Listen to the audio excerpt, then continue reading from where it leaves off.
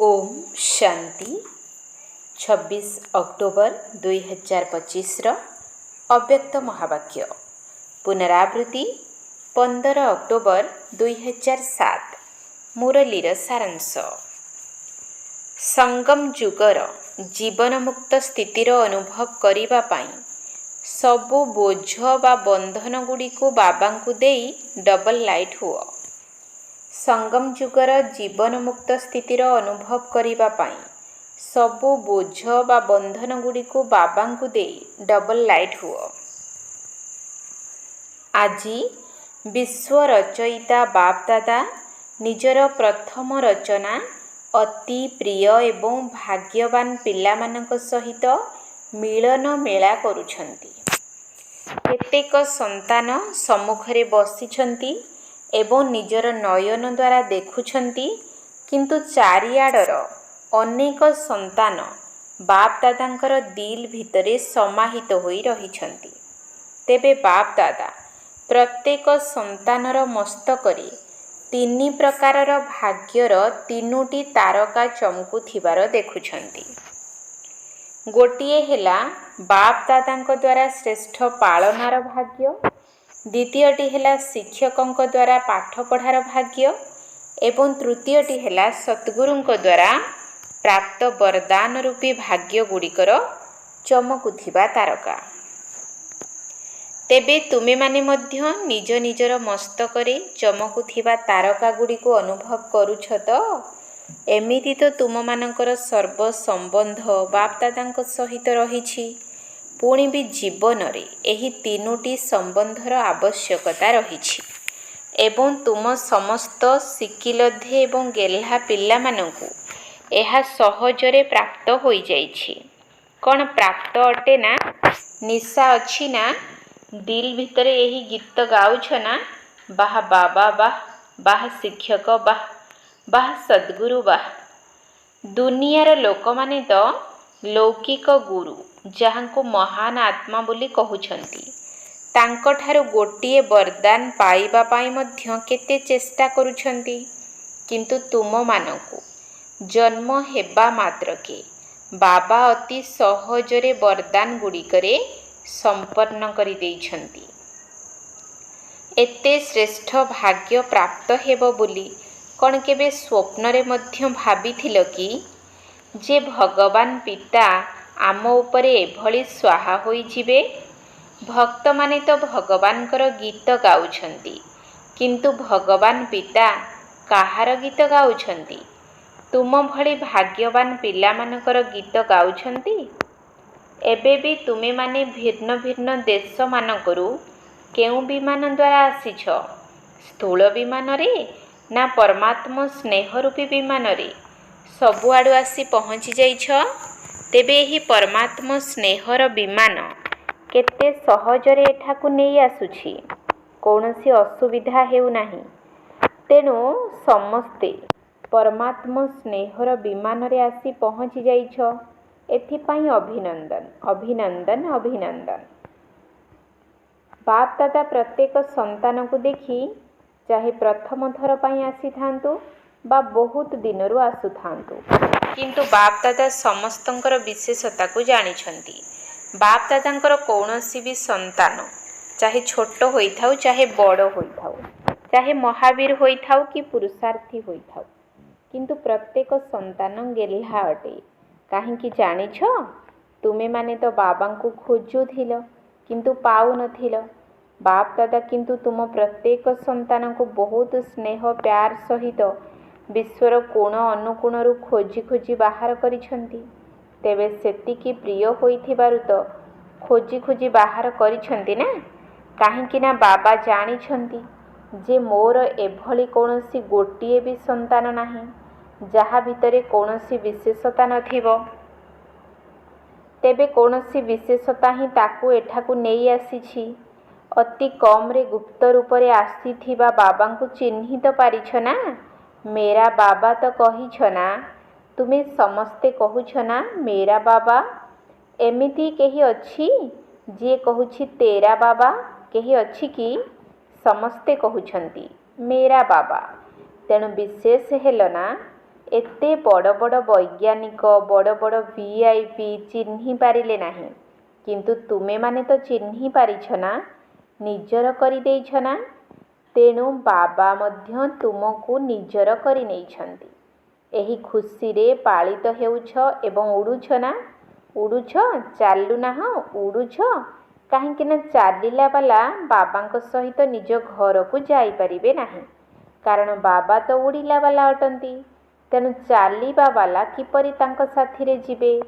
ସେଥିପାଇଁ ବାବା ସବୁ ପିଲାଙ୍କୁ ବରଦାନ କ'ଣ ଦେଉଛନ୍ତି? ଫରିସ୍ତା ସ୍ୱରୂପ ଭବ। ଫରିସ୍ତା ଉଡ଼ୁଥାଏ ନା, ଚାଲୁ ନଥାଏ, ଉଡ଼ୁଥାଏ। ତେବେ ତୁମେମାନେ ମଧ୍ୟ ଉଡ଼ିବା କଳାବାଲା ତ ଅଟ ନା? କ'ଣ ଅଟ ତ? ଯେଉଁମାନେ ଉଡ଼ିବା କଳାବାଲା ଅଟ, ସେମାନେ ହାତ ଉଠାଅ। ନା କେବେ ଉଡ଼ିବାର କଳା, କେବେ ଚାଲିବାର କଳା?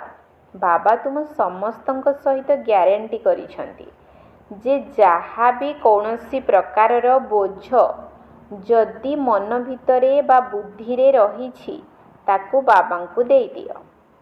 ବାବା ସେଗୁଡ଼ିକୁ ନେବା ପାଇଁ ହିଁ ଆସିଛନ୍ତି। ତେବେ ବାବାଙ୍କୁ ବୋଝ ଦେଇଛ ନା କିଛି କିଛି ସାଇତି କରି ରଖିଛ? ଯେବେ କି ନେବା ବାଲା ନେବା ପାଇଁ ଚାହୁଁଛନ୍ତି, ତେବେ ବୋଝ ଦେବା ପାଇଁ ମଧ୍ୟ କ'ଣ ଭାବିବାକୁ ପଡ଼ୁଛି?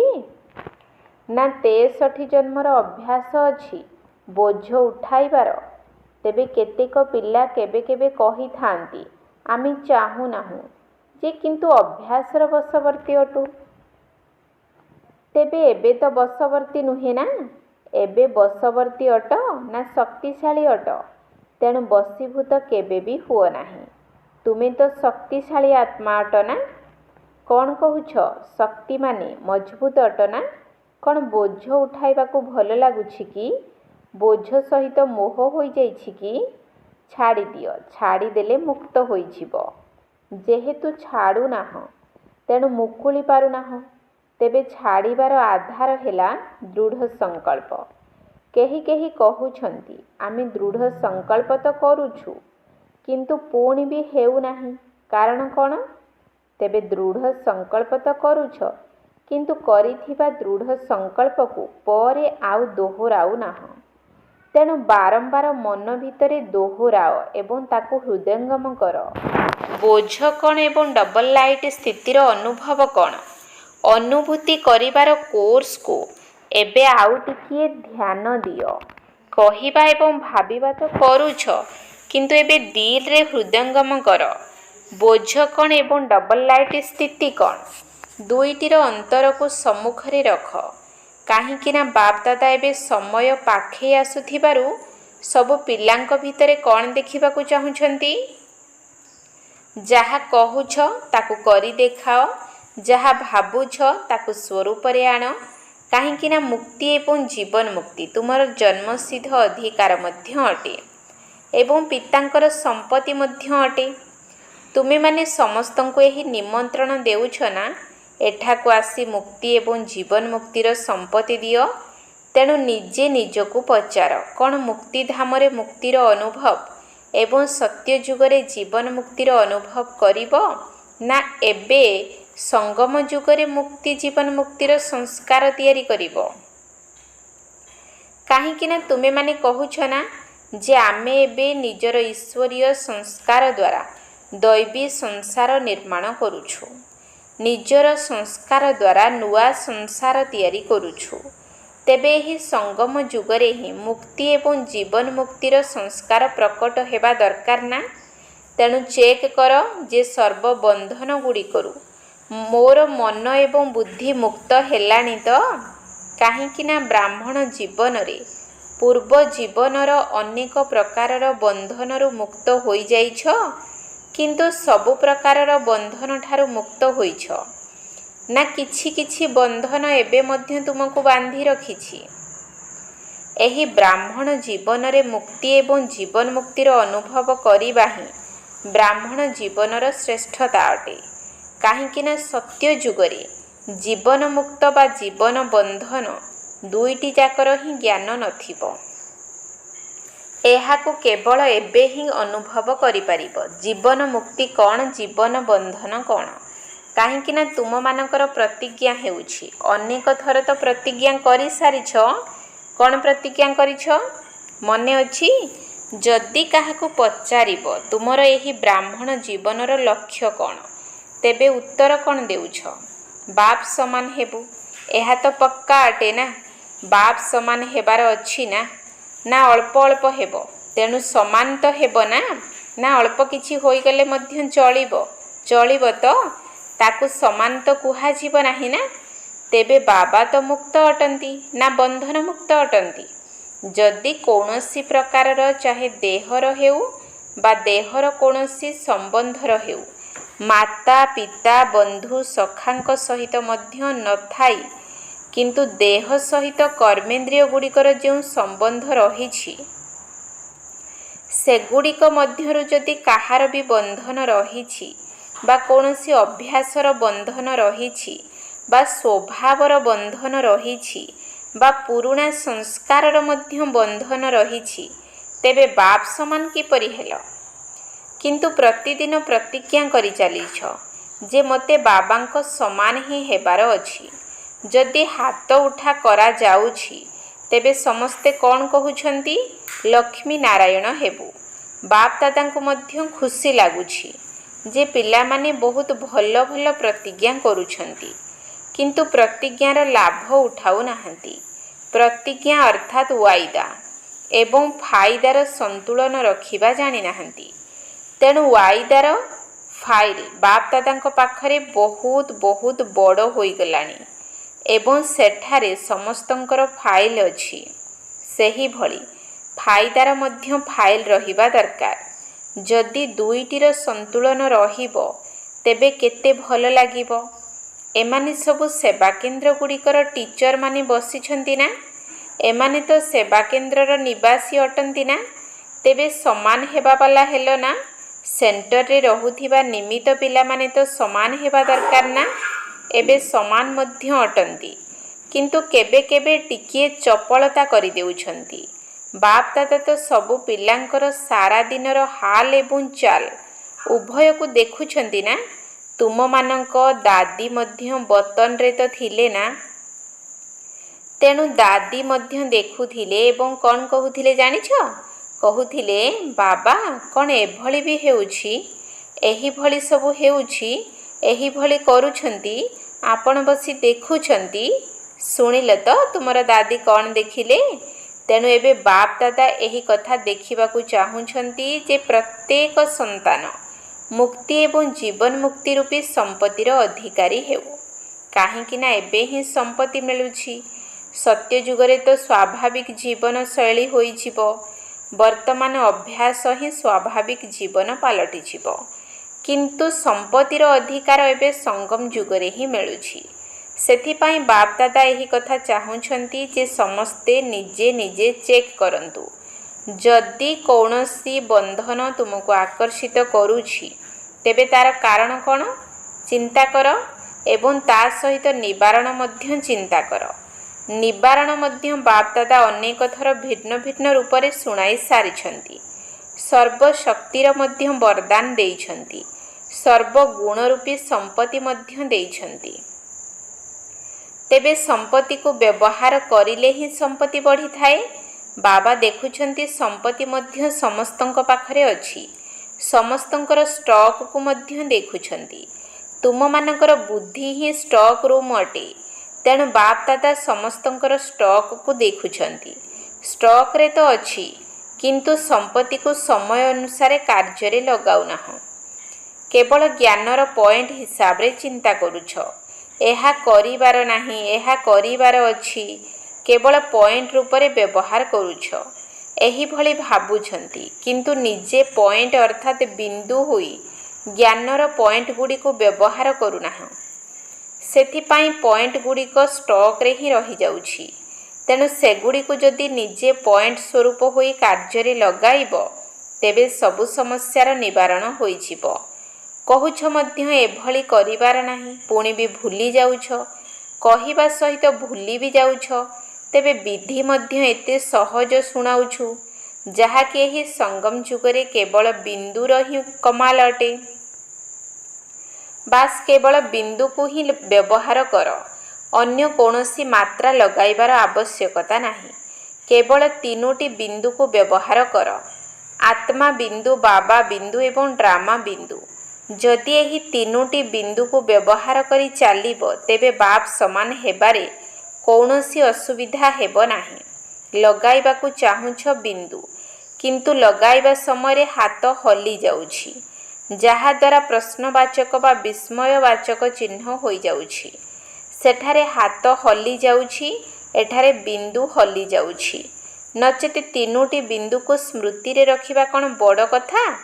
ବାପ୍ ଦାଦା ତ ଆଉ ଗୋଟିଏ ସହଜ ବିଧି ମଧ୍ୟ ଶୁଣାଉଛନ୍ତି। ତାହା କ'ଣ? ଦୁଆ, ଅର୍ଥାତ୍ ଆଶୀର୍ବାଦ ଦିଅ ଏବଂ ଆଶୀର୍ବାଦ ନିଅ। ଆଚ୍ଛା, ଯଦି ଶକ୍ତିଶାଳୀ ଯୋଗ କରିପାରୁନାହଁ, ଧାରଣା ମଧ୍ୟ କମ୍ ଅଛି, ଭାଷଣ କରିବା ପାଇଁ ମଧ୍ୟ ସାହସ ହେଉନାହିଁ, ତେବେ ଦୁଆ ଦିଅ ଏବଂ ଦୁଆ ନିଅ। ଏହି ଗୋଟିଏ କାମ କର। ଆଉ ସବୁ କଥା ଛାଡ଼, କେବଳ ଏହି ଗୋଟିଏ କଥା କର। ମୋତେ ଆଶୀର୍ବାଦ ନେବାର ଅଛି, ଆଶୀର୍ବାଦ ଦେବାର ଅଛି। ଯାହା ବି ହୋଇଯାଉ, ଯିଏ ଯାହା ବି ମୋତେ ଦେଉ, କିନ୍ତୁ ମୋତେ ସମସ୍ତଙ୍କୁ ଆଶୀର୍ବାଦ ଦେବାର ଅଛି ଏବଂ ନେବାର ଅଛି। ଏହି ଗୋଟିଏ କଥା ତ ପକ୍କା କର, ଏଥିରେ ସବୁ ଠିକ୍ ହୋଇଯିବ।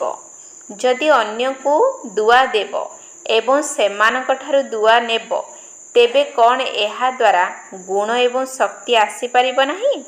ଆପେ ଆପେ ଆସିଯିବ। କେବଳ ଏହି ଗୋଟିଏ ଲକ୍ଷ୍ୟ ରଖ। ଗୋଟିଏ ଦିନ ଅଭ୍ୟାସ କରି ଦେଖ, ପୁଣି 7 ଦିନ ଅଭ୍ୟାସ କରି ଦେଖ।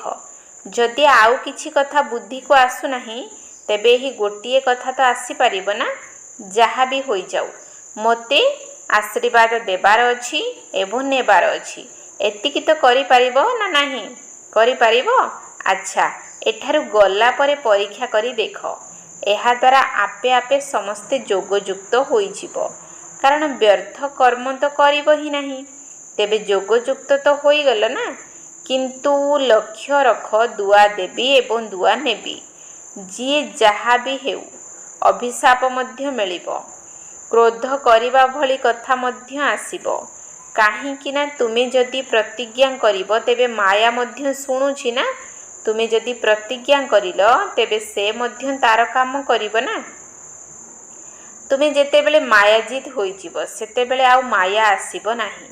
ଏବେ ତ ତୁମେମାନେ ମାୟାଜିତ୍ ହେବାର ପୁରୁଷାର୍ଥ କରୁଛ ନା, ତେଣୁ ସେ ମଧ୍ୟ ତାର କାମ କରିବ। କିନ୍ତୁ ମୋତେ ଦୁଆ ଦେବାର ଅଛି ଏବଂ ନେବାର ଅଛି। କ'ଣ ହୋଇପାରିବ ତ? ଯେଉଁମାନେ କହୁଛ ହୋଇପାରିବ, ସେମାନେ ହାତ ଉଠାଅ। ଆଚ୍ଛା, ଶକ୍ତିମାନେ ହାତ ଉଠାଅ। କ'ଣ ହୋଇପାରିବ ତ? ସବୁଆଡ଼ୁ ଟିଚରମାନେ ଆସିଛନ୍ତି ନା। ତେଣୁ ତୁମେମାନେ ଯେତେବେଳେ ନିଜ ନିଜ ଦେଶକୁ ଯିବ, ତେବେ ପ୍ରଥମେ ପ୍ରଥମେ ସମସ୍ତଙ୍କୁ ଗୋଟିଏ ସପ୍ତାହ ପର୍ଯ୍ୟନ୍ତ ଏହି ହୋମୱାର୍କ କରିବ ଏବଂ ଫଳାଫଳ ଲେଖି ପଠାଇବ। ତୁମର କ୍ଲାସର ବିଦ୍ୟାର୍ଥୀଙ୍କ ସଂଖ୍ୟା କେତେ? ସେଥିରୁ କେତେ ଜଣ ଓକେ ହେଲେ, କେତେ ଜଣ ଅଳ୍ପ ଅଳ୍ପ ହେଲେ, ଆଉ କେତେ ଜଣ ପକ୍କା ହେଲେ, ଏହିଭଳି ସମାଚାର ଦେବ।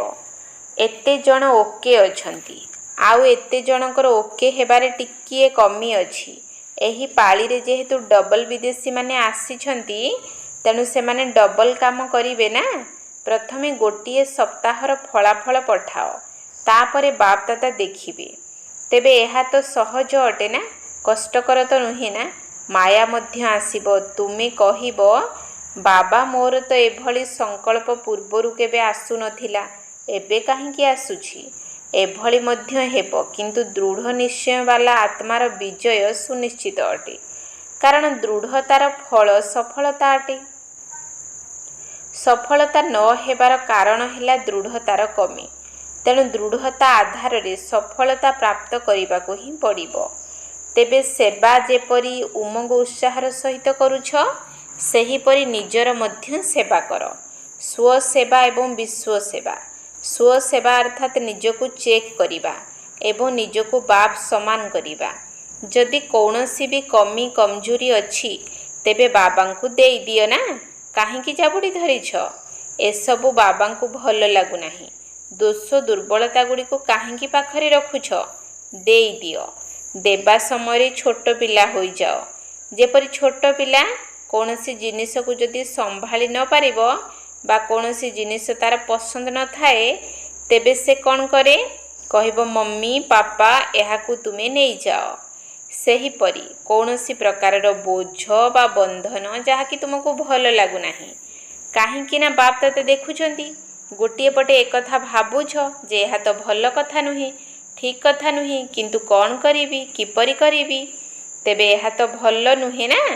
ଗୋଟିଏ ପଟେ କହୁଛ ଏହା ଭଲ ନୁହେଁ, ଆଉ ଗୋଟିଏ ପଟେ ତାକୁ ସାଇତି ରଖୁଛ, ତେବେ ଏହାକୁ କ'ଣ କୁହାଯିବ? କ'ଣ ଭଲ କହିବା? ଏହା ତ ଭଲ କଥା ନୁହେଁ ନା। ତେବେ ତୁମକୁ କ'ଣ ହେବାର ଅଛି? ଭଲରୁ ଭଲ ହେବାକୁ ଚାହୁଁଛ ନା? କେବଳ ଭଲ ବି ନୁହେଁ, ଭଲରୁ ଭଲ। ତେଣୁ ଏଭଳି ଯଦି କୌଣସି ଦ୍ୱନ୍ଦ୍ୱ ରହୁଛି, ତେବେ ବାବା ତ ସର୍ବଦା ସାଥିରେ ଅଛନ୍ତି, ତାଙ୍କୁ ଦେଇଦିଅ। ପୁଣି ବି ଯଦି ତାହା ଫେରି ଆସିବ, ତେବେ ତାକୁ ଅମାନତ ଅର୍ଥାତ୍ ଅନ୍ୟର ଜିନିଷ ଭାବି ପୁଣି ଦେଇଦିଅ। କାରଣ ଅମାନତରେ ଖୟାନତ ଅର୍ଥାତ୍ ଅନ୍ୟର ଜିନିଷକୁ ନିଜ କାର୍ଯ୍ୟରେ ଲଗାନ୍ତି ନାହିଁ। କାହିଁକି ନା ତୁମେ ତ ଦେଇଛ ନା, ତେଣୁ ତାହା ତ ବାବାଙ୍କର ଜିନିଷ ହୋଇଗଲା। ବାବାଙ୍କର ଜିନିଷ ହେଉ ବା ଅନ୍ୟ କାହାର ଜିନିଷ ହେଉ, ଯଦି ଭୁଲରେ ତୁମ ପାଖକୁ ଆସିଗଲା, ତେବେ କ'ଣ ତାକୁ ଆଲମାରିରେ ରଖିଦେବ?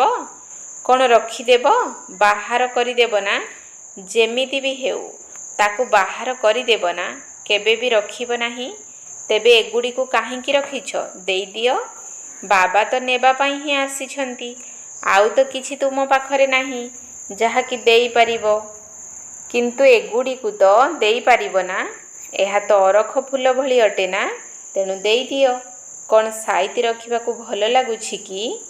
ଆଚ୍ଛା, ଚାରିଆଡ଼ର ସମସ୍ତ ବାପ ଦାଦାଙ୍କର ଦିଲ୍ ପସନ୍ଦ ପିଲାମାନଙ୍କୁ ବାବା ତ ଦିଲାରାମ ଅଟନ୍ତି ନା, ତେଣୁ ଦିଲାରାମଙ୍କ ଦିଲ୍ ପସନ୍ଦ ପିଲାମାନଙ୍କୁ ସ୍ନେହର ଅନୁଭବର ଲହଡ଼ିରେ ସଦାସର୍ବଦା ଖେଳୁଥିବା ପିଲାମାନଙ୍କୁ ଏକମାତ୍ର ବାବା, ଦ୍ୱିତୀୟ କେହି ନୁହେଁ, ସ୍ୱପ୍ନରେ ମଧ୍ୟ ଅନ୍ୟ କେହି ନୁହେଁ, ଏହିଭଳି ବାପ ଦାଦାଙ୍କର ଅତି ପ୍ରିୟ ଏବଂ ଦେହଭାନଠାରୁ ଅତି ନିଆରା ଶିକିଲଧେ ପଦମଗୁଣା ଭାଗ୍ୟଶାଳୀ ପିଲାମାନଙ୍କୁ ଦିଲ୍ର ସ୍ନେହ ସମ୍ପନ୍ନ ଶୁଭେଚ୍ଛା ଏବଂ ପଦମ ଗୁଣା ଆଶୀର୍ବାଦ ସ୍ୱୀକାର ହେଉ।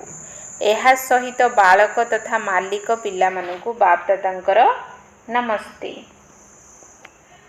ଆତ୍ମିକ ସନ୍ତାନମାନଙ୍କର ଆତ୍ମିକ ବାପ ଦାଦାଙ୍କୁ ନମସ୍ତେ ନମସ୍ତେ ନମସ୍ତେ। ସୁପ୍ରଭାତ। ବରଦାନ। ଈଶ୍ୱରୀୟ ମର୍ଯ୍ୟାଦା ଆଧାରରେ ବିଶ୍ୱ ସମ୍ମୁଖରେ ଉଦାହରଣ ମୂରତ ହେଉଥିବା ସହଜ ଯୋଗୀ ଭବ।